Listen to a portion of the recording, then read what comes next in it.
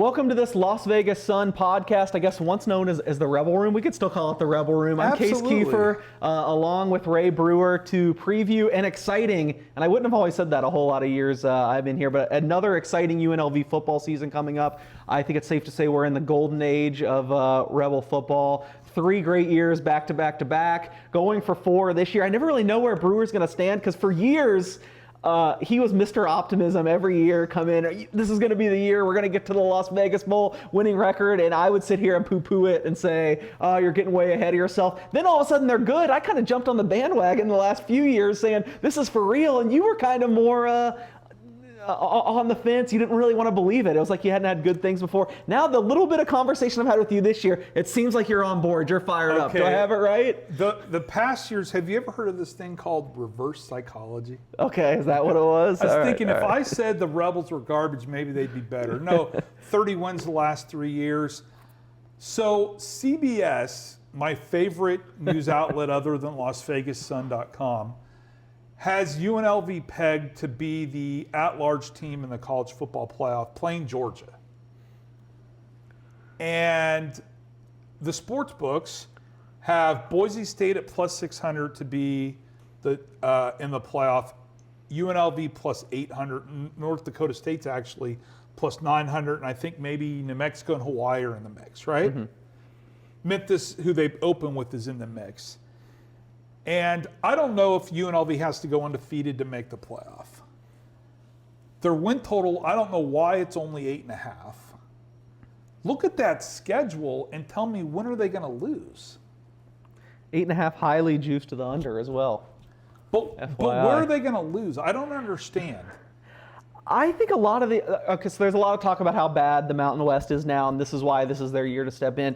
And while I don't necessarily disagree with that, I think what's bringing the Mountain West down so much is those bottom tier teams are just awful. I mean, I don't think there's any hope like right Reno. now. Reno was garbage. Absolutely. I told everybody. Absolutely. I think you could put them in that group, but even beyond them, like Northern Illinois is just a train wreck right now. I know you went and get them from the MAC. I think they're going to be absolutely awful this year. I think they could go winless. UTEP is not going to be anything special. Great, sexy orange uniforms. Yeah. Go ahead. San Jose State is a mess if they continue on with last year. So I think the bottom's really bad, but I think those top 4 or 5 teams could all beat each other. I know you're going to disagree. It's going to get the first disagreement right now. I don't think the top is necessarily that bad. I know UNLV did get kind of a good. They have to go to what, 2 of those teams? They go to New Mexico maybe, or Hawaii. They go to Hawaii, which I know you're already worried about. Hawaii, New Mexico, and they go to Air Force, who they barely beat last year in that crazy 44-41 game. Which, hey, at this podcast, was it 44-41 or was like it like 50-49? Whatever it was, but we argued about that game you remember this podcast last year? I said I would take Air Force plus a touchdown all day. And so UNLV last year, talking to the players at Media Day, had a communication problem on defense. It was Paul Gunther calling in the plays and them identifying when there's been like shifts or audibles or whatever. And we saw that against Idaho State. We saw that clearly in the Air Force game, and we saw it when New Mexico outcoached them. Well, Mike Shearer's come back from Purdue, who was the DC with Barry Odom the first 2 years. He's going to be calling in the plays. So you got Paul Gunther, an NFL mind, and by the way, the defense did get better at the end of last year, and Mike Shearer combining, and I think that could overcompensate. Can you pull up their schedule? I got it right here somewhere. Read the schedule to me. Opener, August 29th, Fox National TV at Allegiant Stadium against Memphis. Opened as a 4.5-point favorite. It's 6.5. The public loves the Rebels. Win or lose? I think it's a coin flip. I'll go win. I think the home field match. I'd like them better if this game was at Sam Boyd, if we were back 10 years ago, right? Make Memphis play on that dry heat a little bit different. I feel like the indoors, it kind of kills a little bit of the edge. The AC is going to give Memphis an edge, right? Okay, next 7 days later at Hawaii, basically a pick'em game. UNLV's a small favorite, right? Hawaii's only got 2 quarterbacks. They only need 1, Micah Alahado. But coin flip game.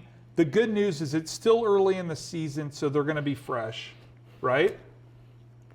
Yeah, I'm kind of down on Hawaii, to be honest, at least compared to you. I know you're really scared of that game. I was super high on Hawaii last year. I think I had them like over 4.5 or 5 wins. Juice, they flew over that. But now the expectations are totally flipped. Now they're supposed to be, now it's like, okay, Mike Alejado, you've arrived. Now you got to be the best quarterback in the conference. So we've seen he takes a lot of hits. Offensive player of the year. Yeah. I mean, he's great. I love Mike Alejado. That's why I was on them last year. But, now they have him back and like 2 offensive linemen. That's all they bring back on this offense that was great last year. I actually, in a vacuum, would pick UNLV to win that game too. However, I think both these games are so close that I think it's pretty reasonable to expect that. If you had to say their most likely record after 2 weeks, I'm saying 1-1. I know you're not going to like that, but that's where I'm going. To me, if you're 2-0, if you get out of there 2-0, you have so much live action because Boise is going to lose to Oregon, and now all of a sudden you're the favorite. What scares me the most is you play that game at Hawaii on a Saturday, travel back to Vegas, then 7 days later you're at North Texas, which is a good team. Yeah, that scares me as well. I haven't done any work on the AAC. I don't really know what I'm going to think of North Texas. Of course, they lost their superstar quarterback, lost their coach, but still, going to Denton, that's not easy. I do think they're going to be down a little bit, I would think, just going off the top of my head. So I think UNLV will be favored in that game, but that's another tough one. I mean, right away, going for another road game against a team that's been good. So, I mean, yeah, we were talking about how easy their schedule is. Like, this is not the first 5 weeks. I mean, they should have win at Akron, but you can convince me they're losing any of the other first, 1, 2, 3, 4, 5. Akron sucks. Any of the first 7 games other than Akron, you can convince me they lose. 1, 2, 1, 3. you didn't count Memphis, 1, 2, Hawaii, 3, 4, 5.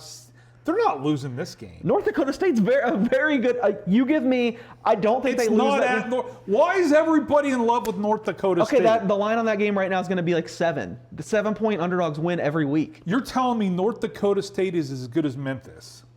I think, yeah, they're in the. I mean, if this is North Dakota State last year, now granted, it's not last year. This was like the best team they had in the history of the program, even though they didn't win the national championship. They had a huge upset. They were like a 20-point favorite in that game. Okay. But this team last year, it would have been like a coin flip. North Dakota State's a very good program. You're always about the size, the big. They're going to maul you up front. I know UNLV's good up front too. I get their dome stadium's an advantage because there's nothing to do in Fargo, but. I'm not saying I'd pick them to win, but it's not, Is there it's not a huge upset if they beat UNLV. They're going from this level to that level. Does that worry you at all?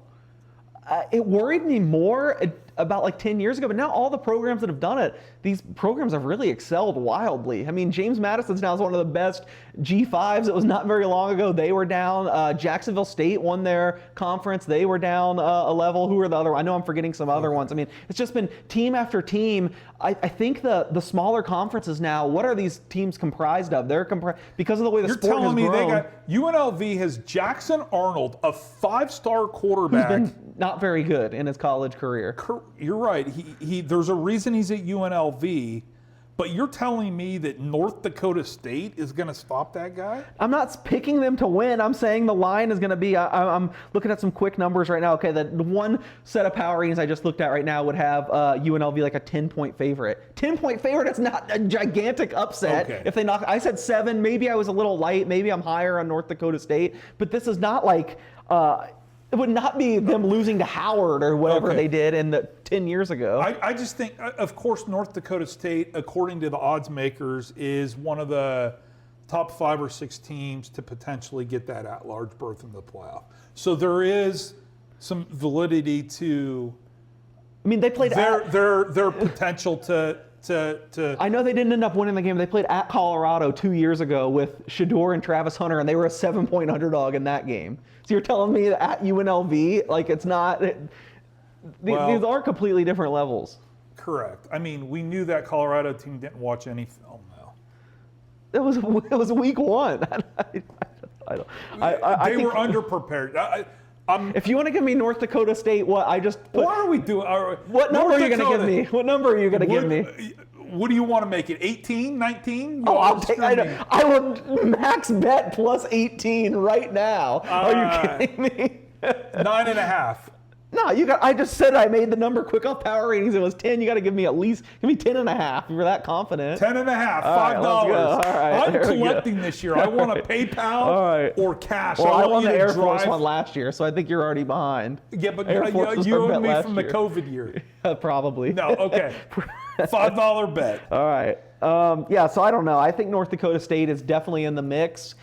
If North Dakota State had last year's team this year, I'm just saying right now, I would be betting them to win the conference. That's how good I think last year's team was. Now, granted, it doesn't mean it's going to carry over. I think that maybe they didn't time this jump the best. You could make the argument, I used the JMU thing. You could say JMU timed it perfectly. We're prepared for it for years. Maybe North Dakota State, who's starting a guy that's been in the program for a long time, not the level of quarterback they've had the last several years. You could say maybe they're in for a fall, and their schedule's tough. They have to go, a lot of their games are like at UNLV. I think they play at New Mexico. All the other best teams in the conference they seem to be playing at, but I think that's a tough game. And then the next week, the other game I said I think they can lose is at Air Force. Always, I feel like a tough place to play. Air Force has never, under Troy Calhoun, never had 3 straight losing seasons. This would be 3 straight losing seasons if they don't get it done this year. Well, they'll have a new coach this time next year then, right? Then it eases up a little bit. Northern Illinois at home. You know why they're struggling right now, right? Who? Air Force. You educate me. Why?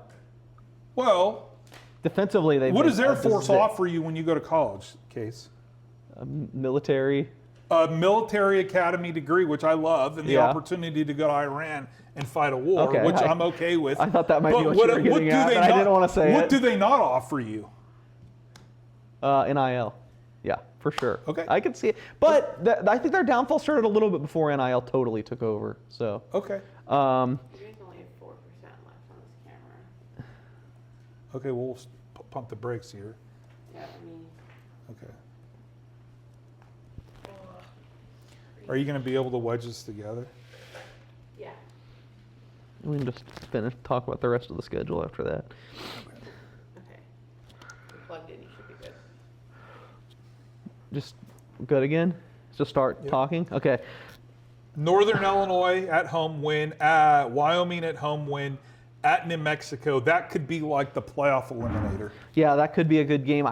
New Mexico, we'll have to see. I can't believe they were so good last year, and I think their coach, you look at some of the decisions he made, like one of the best decision makers in college football right away. And at this time last year, we were saying, oh, don't forget about New Mexico, Jason Eck, great hire. And I was kind of like, yeah, whatever. I think he really lived up to it. It's hard to do that 2 years in a row. So I don't know what to make in New Mexico, but it does kind of stink you draw that game on the road. That, to me, is kind of a coin flip. And Albuquerque, there's nothing else to do. They'll be slam packed there. The jerseys they were wearing, it's talking about good-looking jerseys. Miami last Dolphins. year. I loved those ones. At San Jose State, I know San Jose had a great run 2 years ago, but I think it seems like it's a mess right now. Correct. That's probably not going to be anything. And then you were always telling me the only game that matters is the Cannon game, right? Are you finally off that mindset, or? So I wrote that for years, and you were here for 2-win, 2-win, 2-win, new coach, 2-win, 2-win, 2-win, new coach, right? Lose to Reno, watch Colin Kaepernick run crazy, and get the basketball season, right? And now, and I've always said that us longtime locals, we only care about beating Reno, right? Mm-hmm. But at what point do you have to change your expectations? Because UNLV, in all 12 games on its schedule, has a chance to win, right? UNLV has got the best stadium and best facilities in the Mountain West. Boise State's out of the league. They've got the most NIL money to spend. That matters, right? And if they don't make the playoff, we need to ask Dan Mullen why. I think that expectation's a little high. If they go 8-4 and go to the Albuquerque Bowl or some bowl played at an MLS stadium, are you disappointed? I hate to always have to be this guy, but like the betting market is pretty efficient. It's very hard to beat these betting markets, right? The betting market's giving them like a 55% chance of being 8-4 You or think worse. that MGM Grand was built on dummies like me? And they're saying 8-4 is the likeliest record. So I think that. But how are they? It's unrealistic what 4 games are they losing? I just gave you 7 that I think they can lose. I'm not saying they'll lose all of them. Pull up that schedule on that thing. They play 12 games. Which one of those 12 games are they the betting underdog in? maybe one game on that schedule. Yeah, but you're compounding probabilities now. A lot of these games, especially in the first half of the season, they're like 60% or less to win. It's not like they're not overwhelming favorites in any of the first 7 But games. they can go undefeated. They could. It wouldn't be the craziest thing. They got this team. They got guys that used to play at Florida and Alabama and West Virginia and TCU and Oklahoma. True, but I will say last year, I think from a talent index profile and things, the transfers they got, I think last year's team was a little bit higher quality on that level, and they didn't go undefeated and win the playoff. They still got smashed by Boise State in the championship game. They sucked defensively. And they sucked. And maybe they're better this year. Jack Pope sucked. Jake Pope. Jake Pope, even worse, was awful. He's still on the team, isn't he? He's first team All Mountain West safety. Well, then why are you saying he's awful? He was awful last year. He was at Alabama and Georgia, but he ain't played Alabama and Georgia.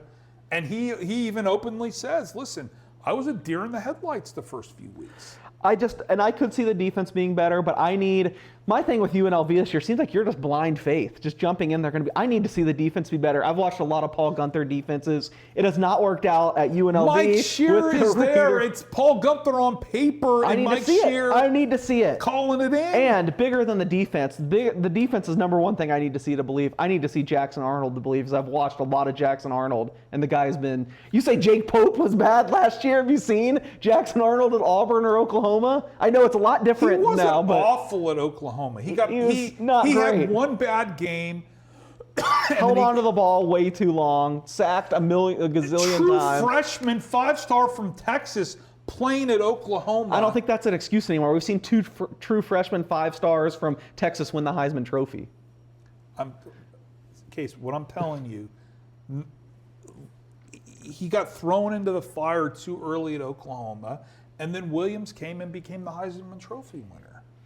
And then he goes to Auburn, which was, and you know I followed Auburn. It was a complete crap show. The coach there was a complete You're show. talking about UNLV's And they didn't let him do what he could do. They didn't want him to run the ball. He had Cam Coleman, Eric Singleton. He had like the best receiving core in college football. You talk about UNLV bringing in talent this year. Auburn like crushed the transfer portal. Spent millions of dollars last year. That guy was the worst coach in the SEC. He was out X'd and O'd every week, and they wanted Jackson Arnold. They took half of his arsenal away.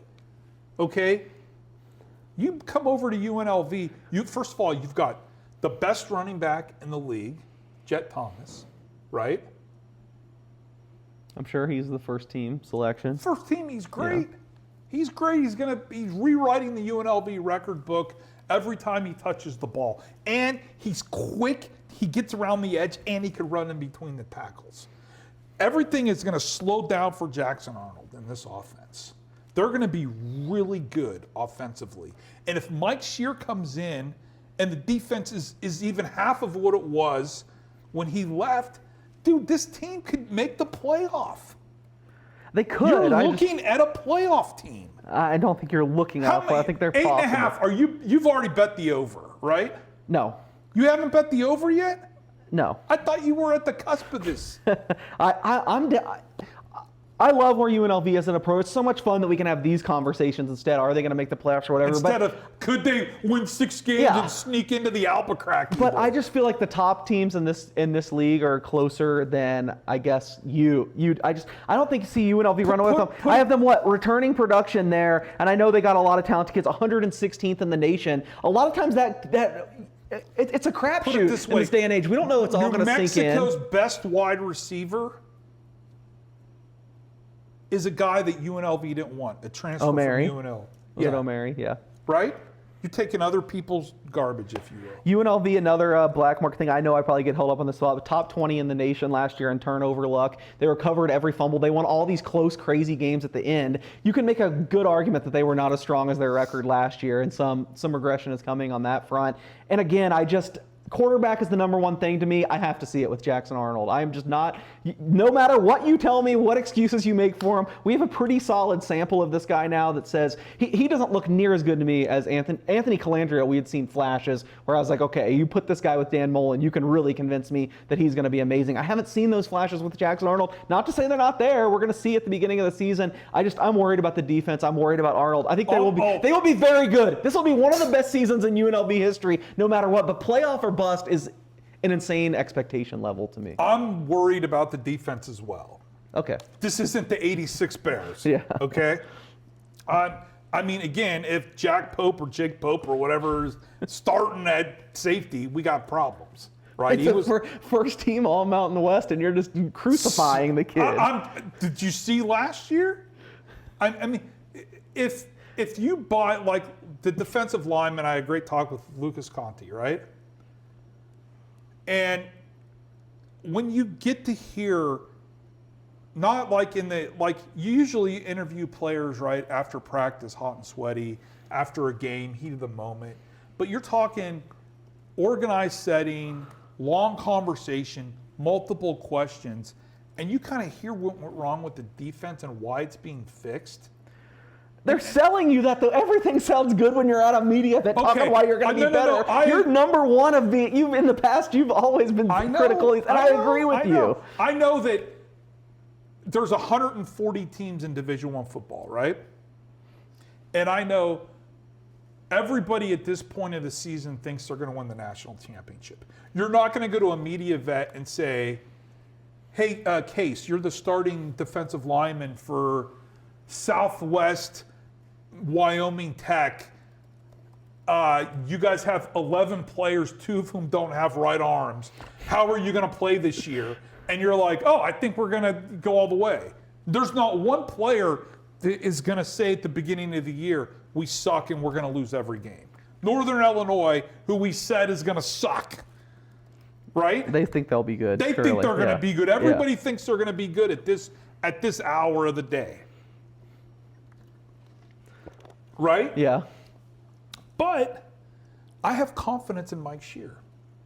Did he all of a sudden suck? He's gone for 9 months, and he's all of a sudden. I mean, the Purdue defense wasn't great last year, and he's Why clearly not wasn't back it there. great? He's clearly not back there this year. He was a scapegoat. Okay. Barry Odom had to cut one of his son's arms off to keep the gravy train rolling in there. But why was Purdue awful? I mean, they're up against it in the Big Ten. They're up against it in the Big Ten and with the NIL thing. And let's be honest, they were so bad after spring practice, they had to come raid UNLV to get their linebacker, right? Charles Correa. And for that reason, I never will forgive Barry Odom. Yeah, there's not a direct correlation, though. I mean, it sounds like what you're saying is you have the biggest NIL budget, you're going to be awesome. That's just not how it works. We've seen the NIL go all kinds of zany ways. I know it's mainly worked for UNLV now. But, okay, Auburn, we'll bring back to Auburn last year. They spent millions and millions of dollars to be good last year. They imploded. Florida State, coming off the year, they went Florida State, they spent all this money the year after they go undefeated. They imploded. We've seen this go the other way. NIL does not directly correlate. You still got to have people that can call in the plays. You're telling me that Timmy Chang is a better coach than Dan Mullen? No, I didn't say that. But you got to have coaching. The coach at Auburn was a joke. I mean, he was not good. He was awful. I was not a fan, but he wasn't as. Your coaching rankings, your percentage, your X What did Hugh factors. Freeze go against Dan Mullen when they went head to head? I'd venture that he had a winning record. First of all, Dan Mullen was a very capable coach. I like Dan Mullen too. In the SEC, and he got screwed at Florida. And he's like top 10 winning percentage of active coaches right now. Yeah, in the SEC. The guy knows how to organize a football team.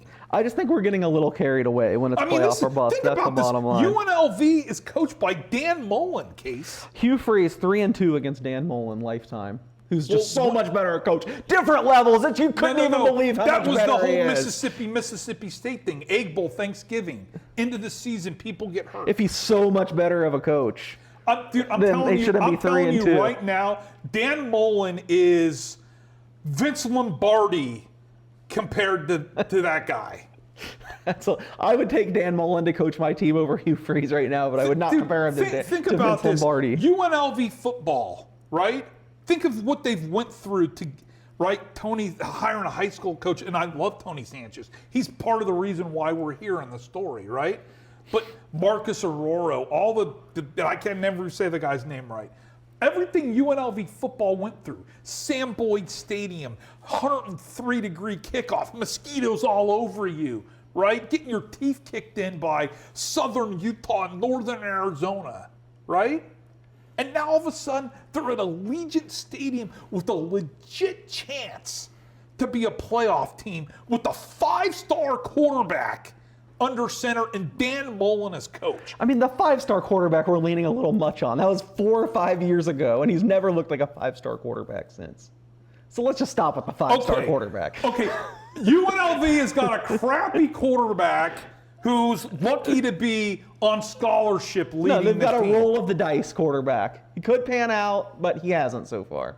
I think that's fair to say. A reclamation project. You called somebody else he's absolutely a reclamation project, a quarterback. That's fair. Can we agree on that title? Okay. And here's the thing. I don't disagree with I all don't what have you're him saying. winning the Heisman. But yeah, I feel like you can't forget where you came from, though. You're saying all that and all those troubled years, the terrible times we saw. What was the expectation that year? It was if we get to 6-6 and make a bowl game, it's unbelievable. Yeah. We're going to throw you a parade. Now the expectation is get to the playoffs or Dan Mullen's on a hot seat. There's a big middle in there, and I think we need to meet somewhere in the middle. It's unbelievable what they've built. It's been a fun 3 years. You don't necessarily have to make the playoff this year. Did they hire Dan Mullen to win 8 games?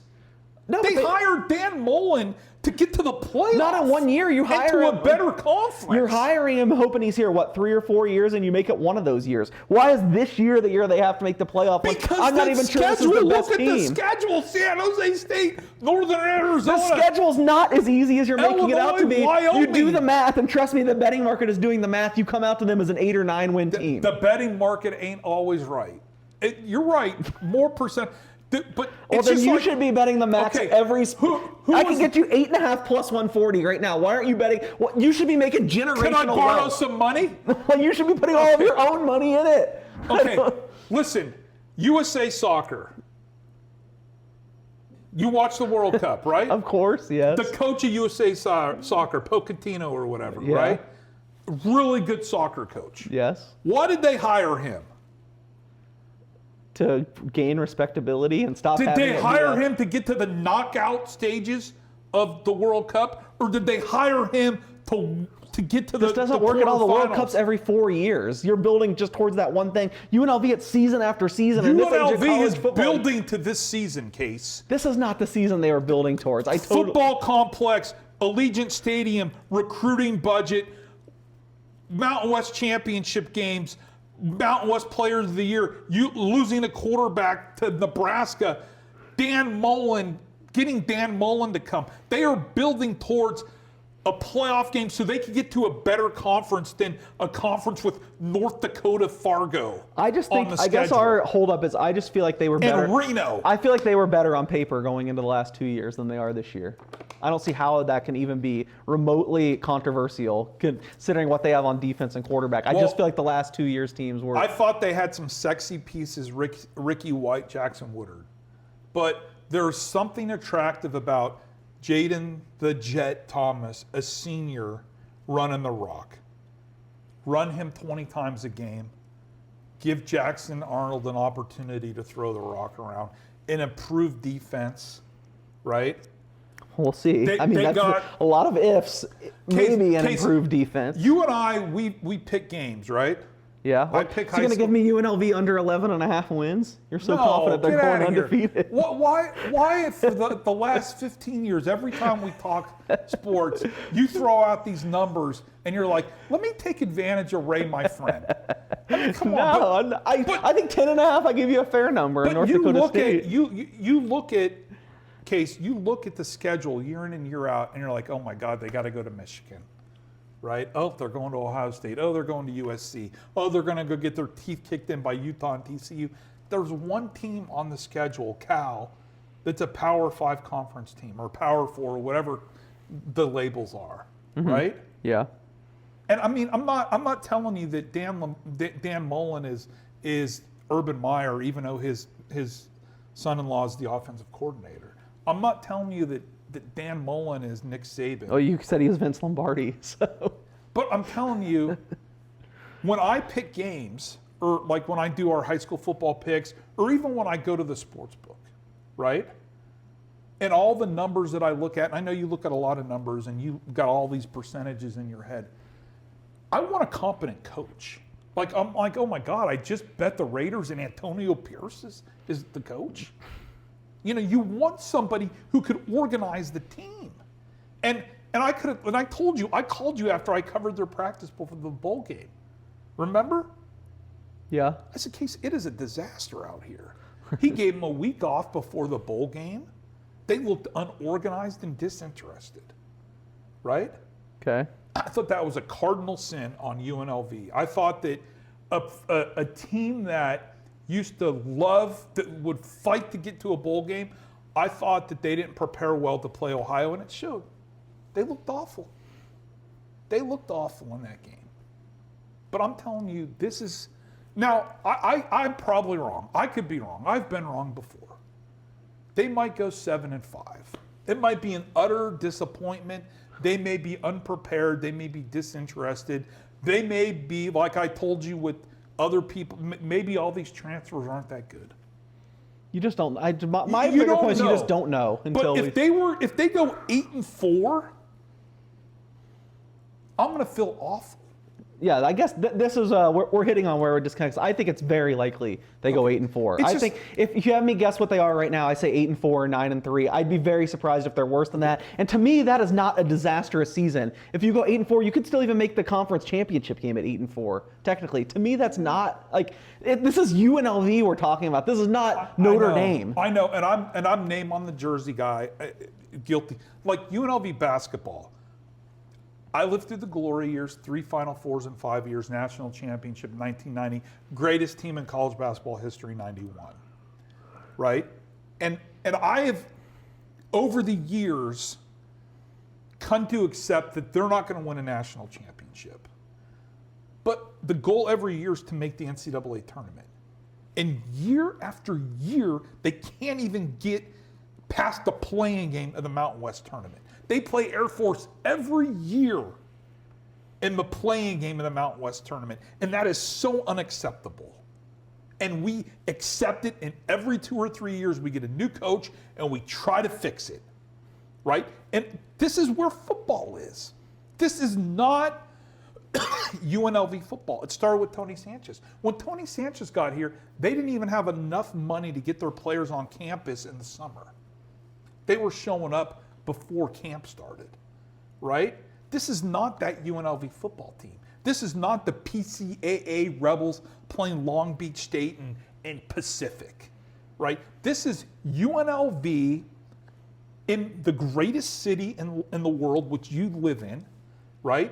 Las Vegas Strip, the most known block of real estate in the world with billion-dollar corporations and casinos. Pro Stadium shared with the Raiders, right?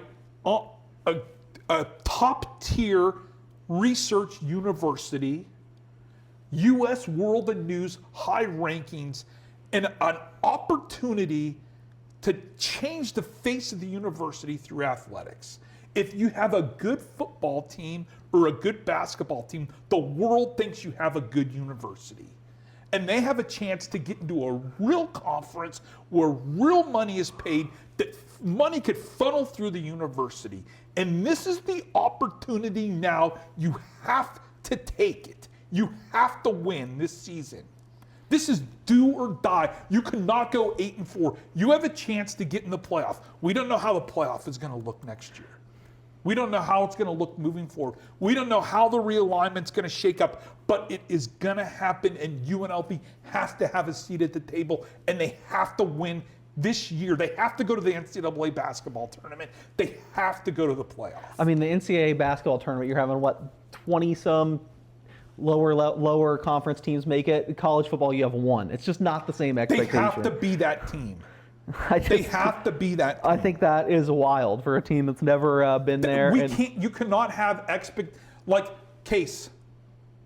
You were in this world. I don't understand. How did this flip? I was the one preaching to you last year that you have bigger expectations than beating Reno. You said all that matters is Reno. Last year they had a real quarterback. They had a better team on paper, and you didn't care. Now it's do or die playoff. They've kicked Reno's tail so many times into the ground, and Reno is just a JV lower tier program. They have no money to invest. Well, I'm glad you listened to me because I was saying all this for years and you didn't care. They have no players. You cannot be winning 6 games and going to a bowl game would be such a disappointment. I agree with the winning 6 games. If UNLV is in the Albuquerque Bowl, Dan Mullen has to take a look in the mirror and say, what did I do wrong? How could I be better? So that's why I do feel like I've raised the expectation levels. I think 6-6 this year would be a disaster. I think you got to get to 8 wins. But if you get to 8 wins, you say, that stunk. I thought we had an opportunity. But 8-4 at UNLV, to me, still a good year. You're going to have money next year. You're going to take another shot at it. I don't see why it has to be this year. 8 wins to me seems like it's Christmas Day. I go to the tree, I get a Nintendo, but I don't got no games to put in the Nintendo. Santa got me the Nintendo. He didn't get me NBA Jam or whatever I want to play. All right, fair enough. Seems like we were just never going to agree on this point, but let's to wrap it up. We've gone through it all. Let's get your actual prediction, not what you want to happen. What do you actually think when you put together all the knowledge you've amassed? You know this team much better than me, is the other thing people should know, even though I'm arguing with you. What do you think actually happens this year? UNLV goes 11-1. They lose at North Texas. They beat New Mexico in the Mountain West Championship game at Allegiant Stadium. They go to the college football playoff, and they get crushed by Alabama in Tuscaloosa. All right, I'll say 9-3, no playoff. Dude, I think you still can win the conference at 9-3. I think 9-3 is fair. All right, any other parting thoughts? Or are we good? It seems like we're good. Not on the same page, but that's okay. Maybe we'll update during the season. Thanks for listening to the Rebel Room. For Ray, I'm Case. We'll see you later.